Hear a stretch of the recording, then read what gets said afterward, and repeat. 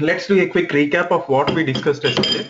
We started understanding request lifecycle associated with your ASP.NET, and we understood that the first point would be the user initiating a request using a browser, and the request would be reaching your IIS, and IIS will be calling the appropriate ASP DLL associated with the request based on the type of resource which is being requested for. And here, when we are requesting for ASP.NET based files, you will be calling ASP.NET based ASP DLL called as ASP.NET ASP DLL. Fine. And if this is a first time your web server is receiving a request and no application which is hosted on your web server has received a request till that point, then you will be creating something called as ASP.NET environment. And once that is done, you will be creating something called as a application domain associated with the given application, which would be residing inside your ASP.NET environment. Fine. And once that is done, you will create a object of HTTP runtime type, which would be helping you in executing the ASP.NET code in real time. Fine. And once that is done, you'll create 4 different objects called as core objects, which are your HTTP application object, HTTP context object, HTTP request object, and HTTP response object. Fine. Good. This is where we stopped yesterday. And that being said, we understood that every page associated with your ASP.NET based application is a class of type system.web.page, web.ui.page, right? We looked at it yesterday. So every time you make a request for a particular page, a object of that page type should be created, right? And this object would be going through multiple stages of multiple stages before it gets destroyed on your before it gets created, sorry, from the point when it gets created till it gets destroyed, similar to all other objects which we have seen till now. Your page object will also get started, created, initiated, and at the end it would be destroyed. So there are multiple stages associated with your pages life cycle. So these stages are put together called as your page life cycle of your ASP.NET. Fine. We'll try to understand what are the different stages associated with your page lifecycle. So as you can see on the screen, the first page is your first stage associated with your page is the request stage. So during this stage, the page request occurs before the page lifecycle begins. As we said, like your lifecycle begins only when your page object gets created. However, request would be received even before that. Fine. And when the page is requested by a user, the ASP.NET determines whether the page needs to be parsed or compiled, therefore beginning the life cycle of the page, or whether a cached version of the page can be sent in response without running the page. Or so multiple times it happens that there is a concept called as caching, where you will create a object of the page and you will be saving it in a local local file or local memory of that system. And from that point onwards, for some duration, if a new request is being made, you will not create a new object. Instead, you'll get the cached object and you'll send it. Okay, so based on the availability of the cached object, or based on the particular stage or particular scenario where you might be required to parse and compile a given page. So what is parsing? Checking whether there are any errors or not. Okay, what is compiling? Converting it into one other machine understandable code, right? So as we understood, your code will be compiled into DLL, and in our first phase of our training, we understood that DLL contains MSIL. So MSIL should be in runtime converted into your machine language code. That happens. Understood? And the next stage would be your start stage. Okay, so in this start stage, the page properties such as here request and response are set. We understood that, right? So we are looking at a different perspective of the previous slide. Fine. We are breaking it into multiple stages. So we understood that HTTP request object and response object would be created, right? And again, you should understand that there is a property associated with your request and response inside every page. Okay, if you see, this is my ASP.NET code. If I go here,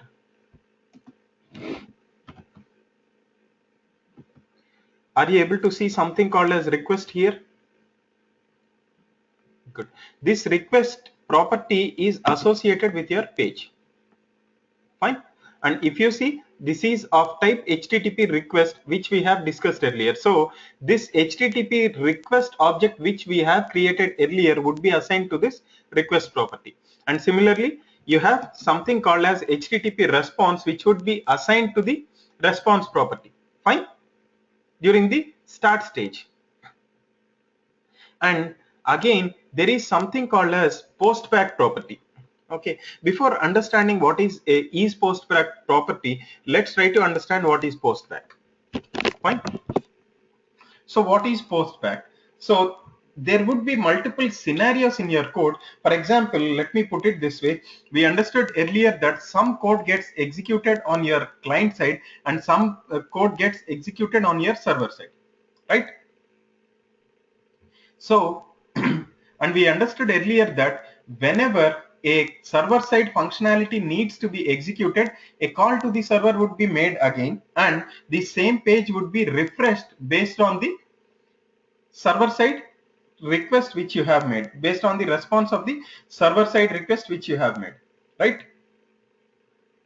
So if some code needs to get executed on your server side, and what happens, you are making it may think that you are on page A, okay, and the page required some input. So some functionality says that based on some input or modification you do on the page, some functionality needs to be changed.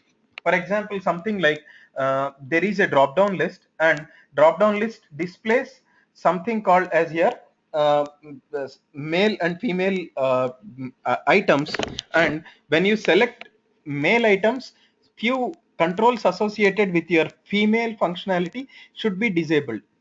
Fine, this is the functionality. So this code can't be written on your client side, right? Most of the time you can write it, but still most of the time you will be executing it on the server side, right? Because there might be some other validations. Getting it, Prakriti? Is it clear?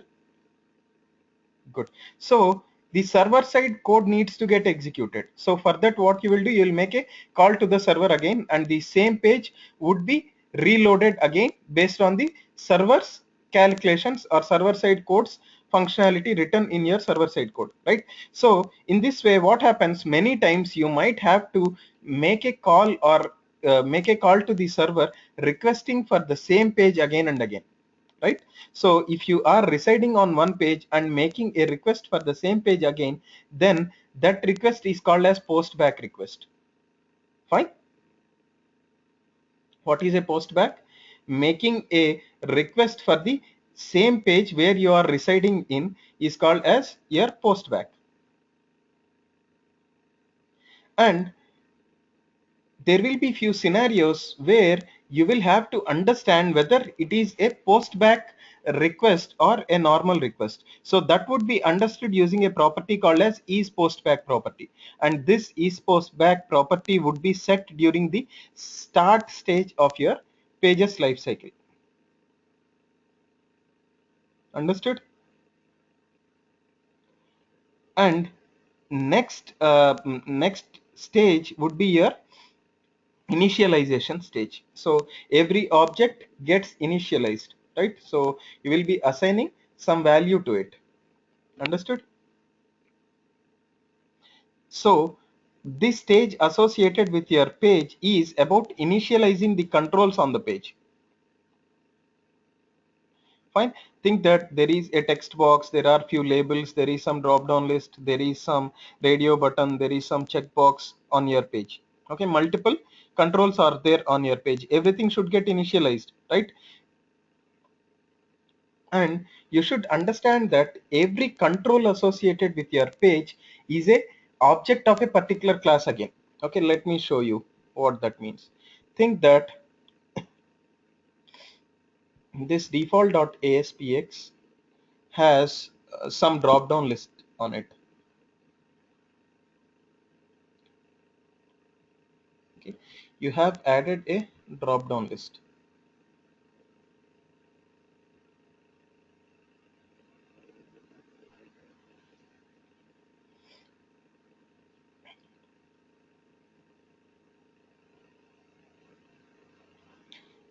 Fine.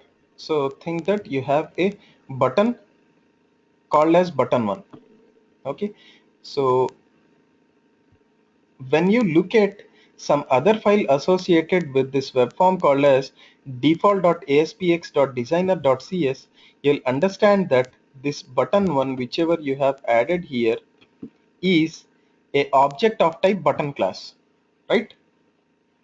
Got it? So every control you add on your page will be a object of a predefined control type. Fine.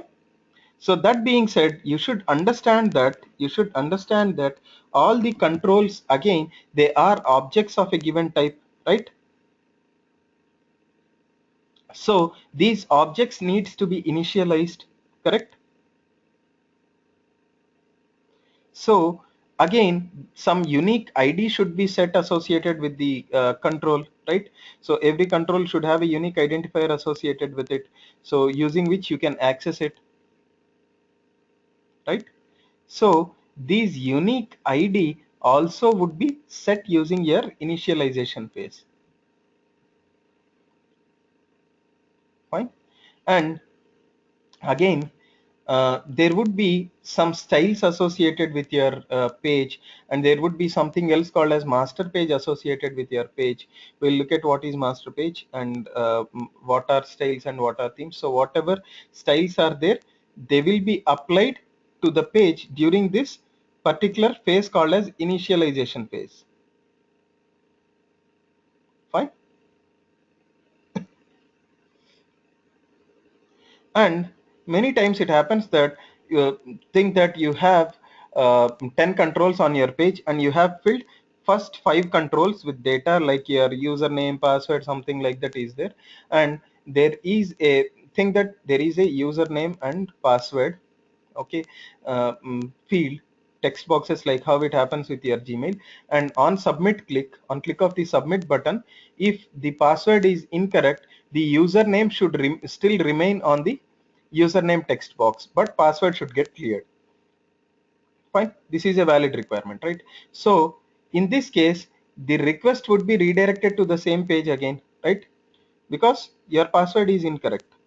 So what happens here, the data which has been filled on your earlier during the initial phase, which is your username, it needs to be retained on that control even in case of the postback, right? So in this kinds of scenario, you will have to check if that is a postback request, and if that is the postback request, you'll have to again fill the controls with the same data, right? So this happens during your initialization phase again. Making sense?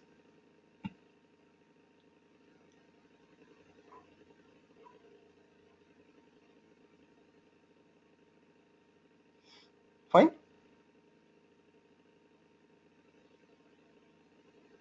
Good. So in this phase, in fact, in your initialization phase, the data received from your, so usually what happens, every page will have a temporary memory associated with it called as view state. Fine. So this view state can be used for retaining some data between multiple requests to your page, multiple requests to your server. For example, think that you wanted to save something, Okay, when server receives a request, server will not know that it is whether it is a new request or old request. But still, if you want to retain some data, you can use this view state to save the data between multiple calls to the server, so that when the server assumes that it is a new request and sends the response associated with it, you will retrieve the previous page's data from the view state and you will save it. Fine, you will show it.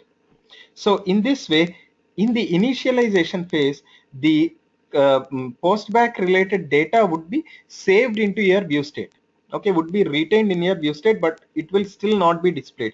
You should understand that no values associated with the controls would be displayed, and controls will not be displayed on your page during the initialization phase. They will only be initialized. Fine. And the next phase associated with your page is called as your load phase.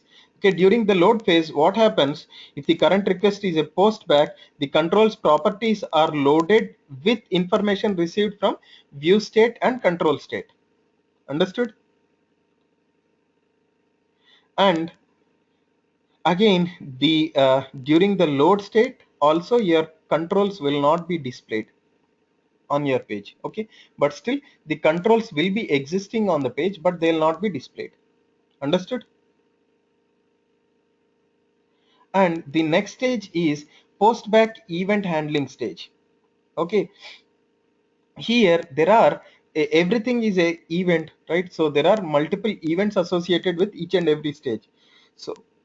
So your initialization is the first stage which contains events, and there are events called as page init and page pre-init events. Okay, these events will have a event handlers. We understood earlier when we are understanding delegates and events, right? So every event can be handled using a event handler, right? So the init will have init event associated with it. And similarly, your one second please.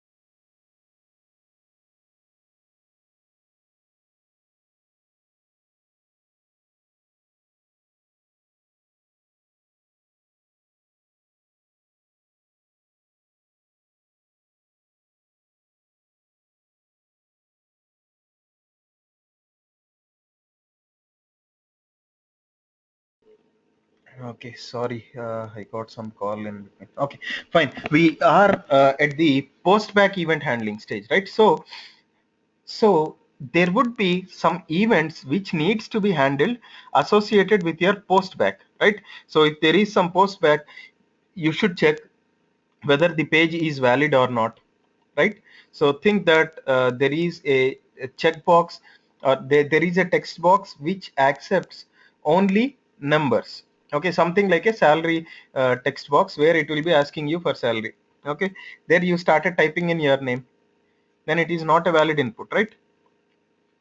So the checks which you make to understand whether the given inputs are valid or not on your client side is called as your validation. Okay, and there will be multiple validators associated with it, which we will be looking at in our future classes. But for now, understand that this validation logic would be executed during your post back event handling.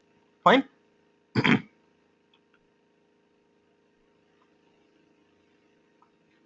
Good. Fine. So next stage associated with your page lifecycle is called as your rendering. So what will happen during your rendering? So rendering is nothing but displaying the control on the user interface. Fine.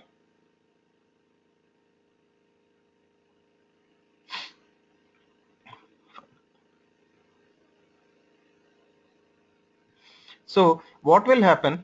There will be some, you don't have to get into that much details. Don't worry. During this rendering stage, you should understand that the page would be rendered or displayed on your user interface. Fine. So once everything is achieved, finally you will destroy the page object, right? Because it will not, it will require a lot of memory to hold it. So once it is rendered on your page, you don't need it, right?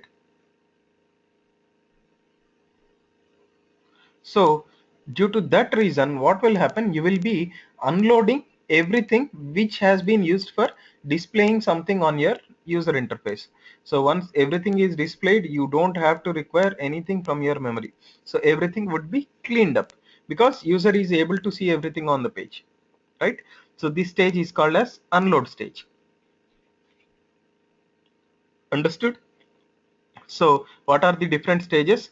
Majorly, you should understand that the different stages associated with your page lifecycle are your initialization stage, load stage, render stage, and unload stage. Okay, remaining three, if you want, you can forget if you don't want to remember. Fine, but you should remember that the major events are init, load, render, and unload. Fine. And as we discussed earlier, each event or each stage associated with your life cycle will be having one or two event handlers associated with it, right? So init will have a pre-init and uh, uh, pre-init and events init events associated with it, and load will have preload and load events associated with it, and render will have pre-render and render events, and unload is the final event. Fine. And in between there is one other event called as validate event. So if you want to do some specific logic during this particular stage of your page, you can write that code inside that event handler. Fine. Good. And this is a overall explanation of how your page lifecycle looks like. So usually here it starts here where your user will make a request, and request would be sent to a browser. Okay, and the browser would be posting it to your IIS, and there your page level events or page lifecycle events will be starting, and first one is your init event, and second one is your load event, and third one is your postback event, fourth one is your third one is your postback event, fourth one is your load event, fifth one is your validate event, and finally you'll have pre-render and render can be considered as associated with your render stage, and finally you have unload stage. Got it?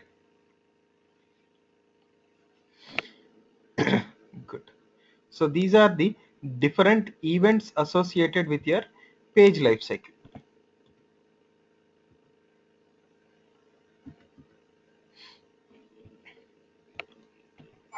So that being said, now let's move on to our next topic called as state management.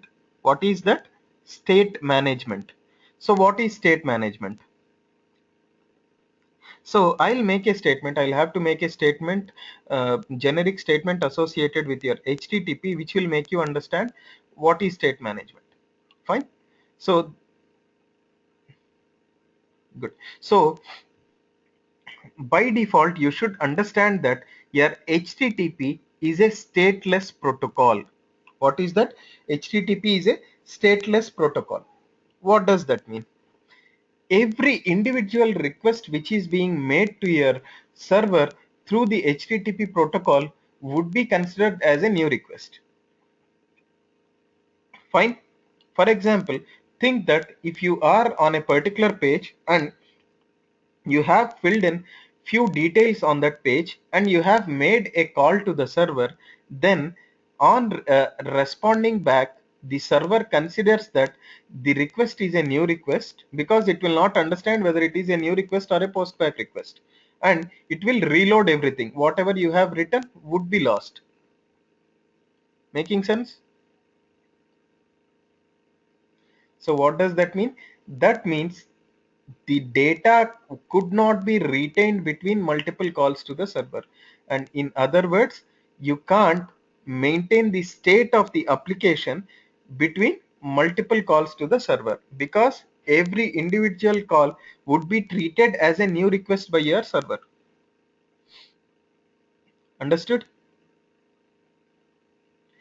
So what is that? HTTP is a stateless protocol, which means every request you make to your server through HTTP protocol would be considered as a new request, and the data associated with the previous request could not be retained, which means that the application state associated with a particular request cannot be retained in the next request because each and every individual request associated with your uh, associated with your HTTP would be treated as a new request.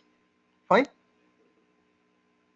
Now, however, in real time, will it look good if the think that there are few controls like your drop down list or button or your checkbox or radio button, all these things they require call to a server if there is some logic which needs to be handled on changes on these controls. Fine, because the server side logic needs to be executed on the server, right? So will it look good if some change on these controls triggers a server request and you will lose everything and you'll have to fill everything back? Will it make sense? It will not look good, right? So for that reason, you'll have to explicitly maintain the data or save the state of the application between multiple calls to the server. Fine. Your application state needs to be maintained between multiple calls to the server, and this way of explicitly maintaining the state of the server between multiple calls to the server is called as state management.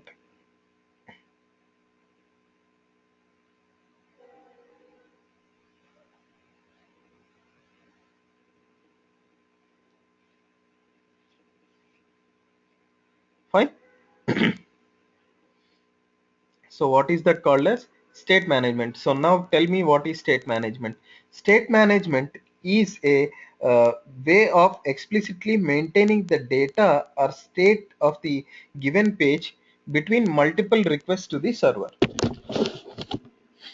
Fine. So how will you maintain the state of the application? Let me open. So let me open some document associated with it.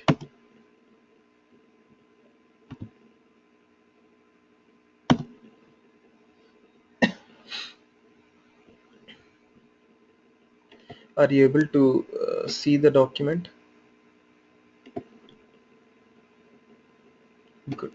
And now you should understand that the state can be managed across two different ways. Okay, one way it can be managed on your client side, or other way it can be managed on your server side. Fine. The state of the application can be managed on your client side or server side. What does that mean? By state management, we understood that we will be saving the data between multiple consecutive calls to the server, which means for saving the data, you will require some space, right? Some memory is needed. Yes or no? So if you are using the client side machines resources for saving the state, then that is called as client side state management. And if you are using the server side resources for state management, then that is called as server side state management. Understood? So when we are talking about client and server, yesterday we understood that client is nothing but your browser and server is nothing but your IIS or web server, right? So if you are using your browser's resources for saving the state, then that is called as client side state management. And if you are using your server's memory resources for maintaining the state of the application, then that is called as your server side state management. Understood? And there are multiple ways using which you can maintain the state on your client side, and there are multiple ways using which you can maintain the state on your server side, right? Let's try to look at each one of them one by one. The first way of maintaining your state on your client side is your cookies. Did you ever hear of something called as cookies? If you look at your web browsers, most of the time you'll be seeing that there is a option associated with your browser which says enable or disable cookies.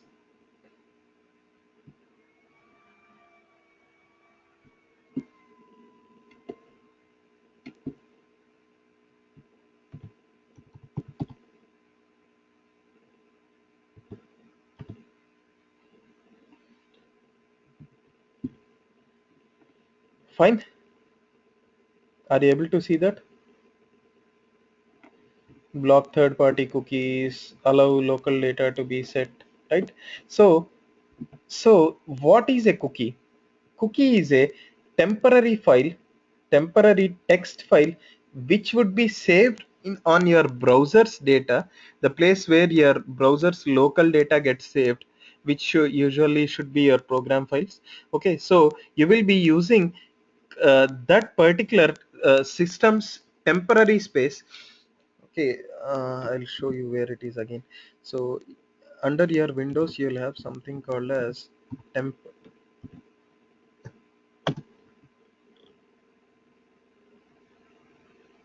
Fine, all these are cookies. Got it? So they would be saved as a small text file on your local client side. So the local clients or browser's memory would be used for saving the state, okay, in form of a temporary text file. Fine. So do you see any drawbacks associated with this approach of saving the data associated with your application on the client side using a cookie? Do you see any drawback associated with it?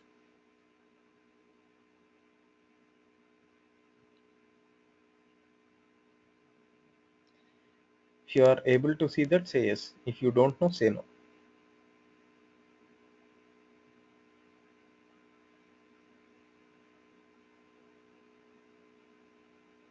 Prakriti, can you hear me? Good. Can you answer or you can't answer? If you want to make a guess, you can make a guess. Otherwise, you can let me know. I'll explain you what are the drawbacks.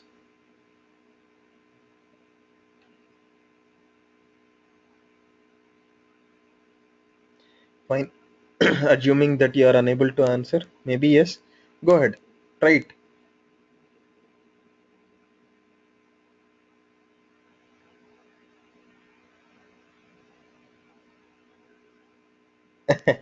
That's fine. That's fine. No problem. Let me explain the drawbacks. So if you see, we have observed that there are settings on your browser which say that disable cookies from third-party applications, right?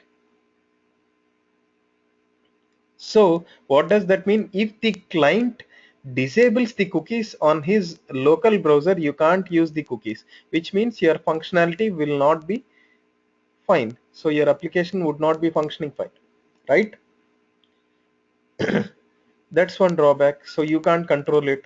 The second drawback is anyone who has access to the client's local machine, he can access the cookie and he can delete it, or he can tamper it mm, based on his intent, right? So you can't control it.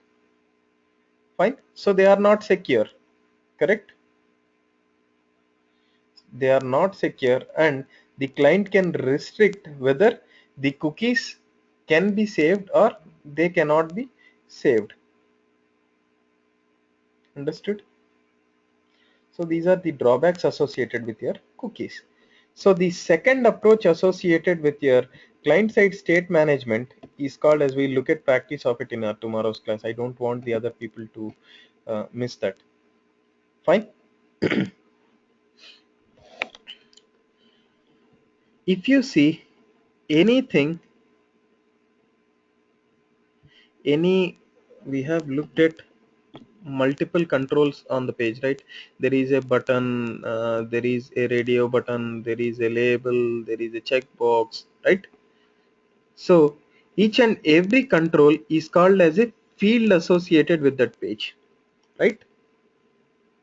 So each and every control associated with that page is called as a field associated with the page.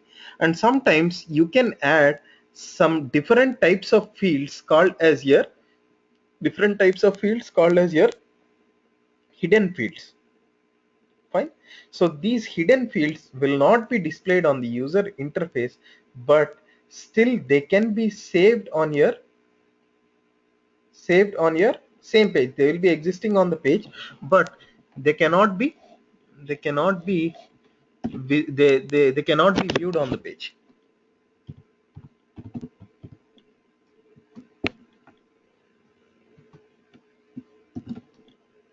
I'll show you how your hidden field looks like.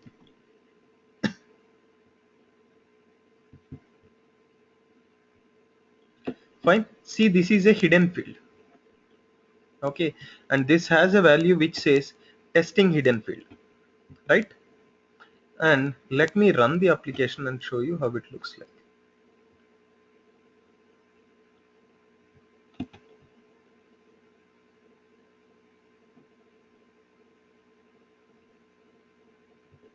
Okay, I'm running the application and showing you.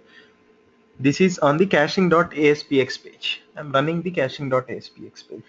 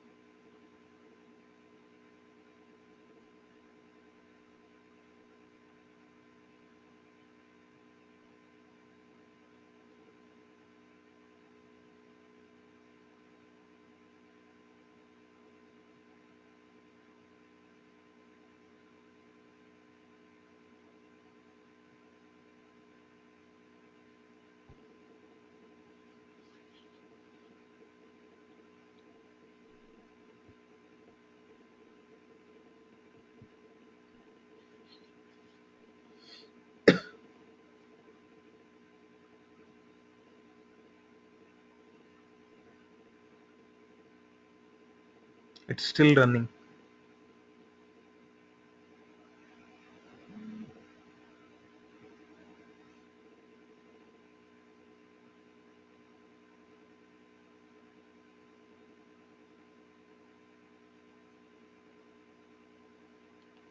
Fine. Are you able to see the page? There are few drop down lists actually. Okay, and if you see, are you able to see the text which says testing the hidden field on the page? No, right? But if you right click on it and click on something called as view source, the HTML or DOM associated with the page can be seen. And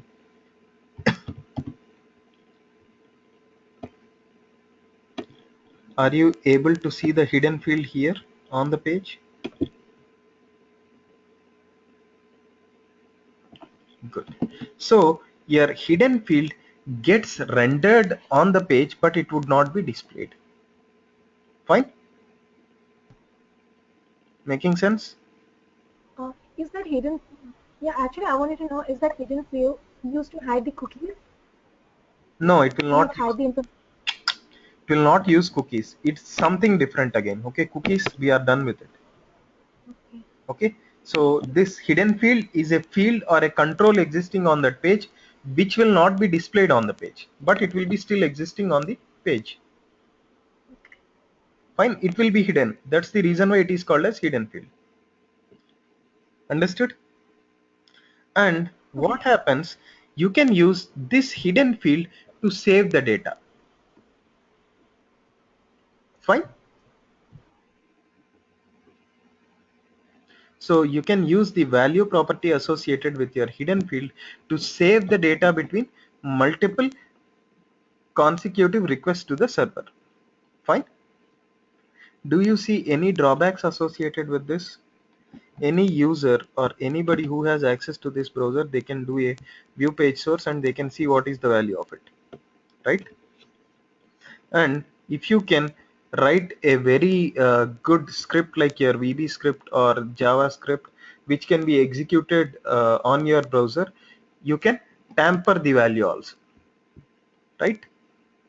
In that way, it is not secure, correct? So that is the drawback associated with your hidden field. Okay, we'll look at the remaining client-side state management techniques in our tomorrow's class. Fine. Okay. And anytime, Prakriti, one request to you: if you can't attend the session any day, please send me an email. Okay, and I'll let everyone know about it. Okay, so that I'll plan things accordingly. Fine. Okay. Thank you. Thank you.